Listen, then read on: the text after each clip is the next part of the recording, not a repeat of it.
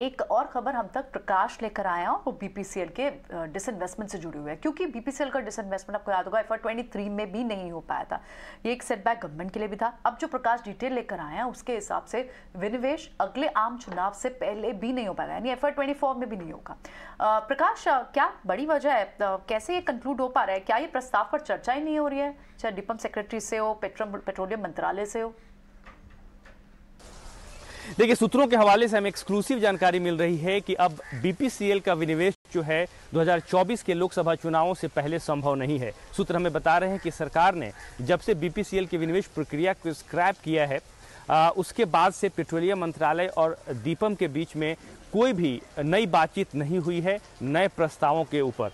लिहाजा अब इस बात की संभावना बेहद कम है कि 2024 के लोकसभा चुनावों से पहले बीपीसीएल का विनिवेश जो है वो हो जाए।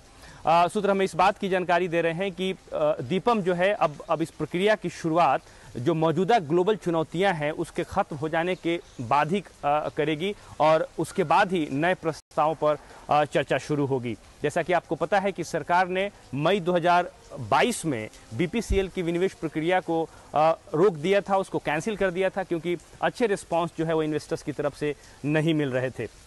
इसके अलावा सूत्र हमें इस बात की भी जानकारी दे रहे हैं कि बीपीसीएल का जो प्लान था आईजीएल और पेट्रोनेट एलएनजी में स्टेक सेल बिक्री का, ताकि जो रेगुलेटरी नॉर्म्स है उसको पूरा किया जाए, उसको भी अब ऑन होल्ड डाल दिया गया है। उस पर भी कोई नई चर्चा नहीं हो रही है। सरकार की योजना ये भी थी कि आईजीएल और पेट्रोनेट एलएनजी में बीपीसीएल का जो स्टेक है उसको दूसरे पीएसयूज को ट्रांसफर कर दिया जाए। अब इस प्रस्ताव को भी ऑन होल्ड डाल दिया गया है। इस पर अब कोई चर्चा नहीं हो रही है। जैसा कि आपको पता है कि आईजीएल में जो बीपीसीएल का स्टेक है वो 22.5% है और पेट्रोनेट एलएनजी में 12.5% है। इसके अलावा सूत्र हमें इस बात की भी जानकारी दे रहे हैं कि पेट्रोलियम मंत्रालय ने बीपीसीएल को इस बात के निर्देश दिए हैं कि पहले की तरह ही जो उसका एक्सपेंशन प्लान है उसको जारी रखे और जो निवेश के जो उसने प्लान तैयार किए हैं उस पर आगे बढ़े। सरकार के एजेंडे में आईओसीएल और एचपीसीएल की तरह बीपीसीएल की जो निवेश प्रक्रिया है वो भी अब प्रमुखता के तौर पर आ गई है और जितने भी फ्लैगशिप स्कीम्स हैं गवर्नमेंट में उसमें बीपीसीएल का निवेश जो है वो जारी रहेगा। ओके, ठीक है प्रकाश, ये अहम जानकारी आपको देते हुए, जो कि उनको सोर्स बेस्ड इंफॉर्मेशन होती है और अमूमन उनके सोर्सेज काफ़ी बेहतरीन इंफॉर्मेशन देते हैं।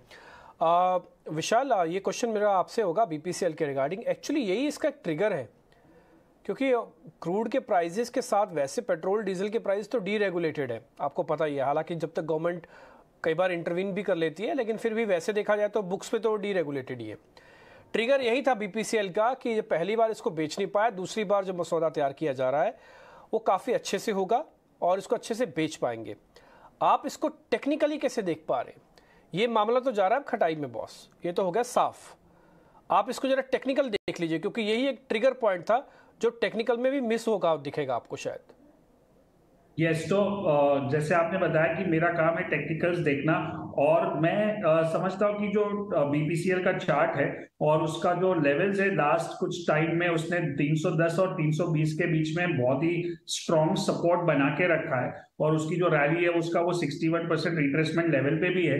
तो और जो पैटर्न्स बन रही है 2-3 दिन से, उससे लग रहा है कि ये सपोर्ट होल्ड कर रहा है और एक थोड़ा सा यहाँ से बाउंस देखने को मिल सकता है। तो अगर किसी को ट्रेड करना है तो 315 के स्टॉप लॉस से इसको खरीद सकते हैं और ऊपर में हमको 335 से 40 का टारगेट देखने को मिल सकता है। बीपीसीएल पर ये राय इस वक्त आपको मिलती हुई दिख रही है।